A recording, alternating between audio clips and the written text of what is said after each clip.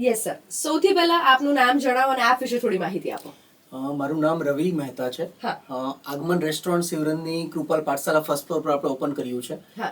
Basically અમરેલીથી છું અને ત્યાં આપણે 8-9 વર્ષથી ઓલરેડી રેસ્ટોરન્ટ ફિલ્ડમાં જ છીએ. રાઈટ. પછી એવું થયું થોડું ગ્રોથ કરીએ. હા. તો અમદાવાદ આઈ થિંક ગુજરાતનું કેપિટલ છે તો એવું થયું બેસ્ટ સેન્ટર છે. રાઈટ. ઓલમોસ્ટ છેલ્લા 1-1.5 વર્ષથી ફાઇન્ડ આઉટ કરતા હતા લોકેશન, બટ ક્યાંય ને ક્યાંય કોઈ પાર્કિંગનો ઇશ્યુ થાય કે એવું થાય કે નહીં આ લોકેશન થોડું ઓડ પડે છે.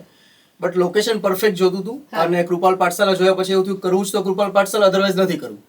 કારણ કે આઈ થિંક ઓલમોસ્ટ સિટીનું હાર્ટ છે શિવરનની શોપ. રાઈટ. એટલે બધા માટે કન્વીનિયન્ટ રહે આવું જવું. અને સેકન્ડલી લાઈક પબ્લિક ટ્રાન્સપોર્ટ થી લઈને બધું બહુ ઇઝીલી છે.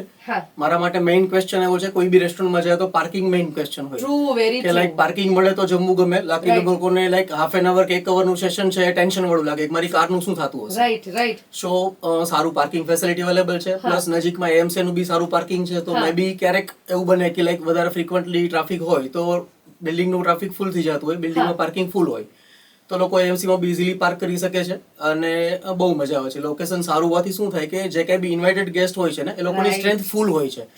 લાઈક બધાને આવું જવું ઇઝી પડે છે. સો બેસ્ટ. મને બિઝનેસ માટે મારો બહુ પોઝિટિવ એક્સપિરિયન્સ છે. અને તમે બહુ કરેક્ટ વાત કીધી કે શિવરજની એટલે હાર્ટ કહેવાય. એટલે આ એક એવી જગ્યા છે, કદાચ હું કહીશ તો ખોટી નહીં પડું, કે આ કદાચ 24 કલાક ચાલતો રસ્તો છે. ડેફિનેટલી. રાઈટ. આ રસ્તો ક્યારે બી તમને એવું નહીં લાગે કે અચ્છા અહીંયા વસ્તી નથી કે લોકો નથી. એટલે શું થાય છે કે લેડીઝ ને લોકો એકલા આવતા હોય ને તો બી એને આવું જવું ઈઝી પડે છે. કોઈને ટુ વ્હીલ લઈને આવું બી નજીકમાંથી ઈઝી પડતું હોય છે. એવું ન લાગે કે લાઈક ક્યાં ત્યાં જવું એમ. રાઈટ. સો બહુ ઈઝી રહે છે. એટલે તમે અમારો જે પ્રોબ્લેમ હતો સેટરડે સન્ડે વાળો કે બહાર ગાડી લઈને નીકળ્યા હો અને પાર્કિંગ નો એટલો પ્રોબ્લેમ થાય, પાર્ક કરતા કરતા ભૂખ અડધી મરી જતી હોય છે.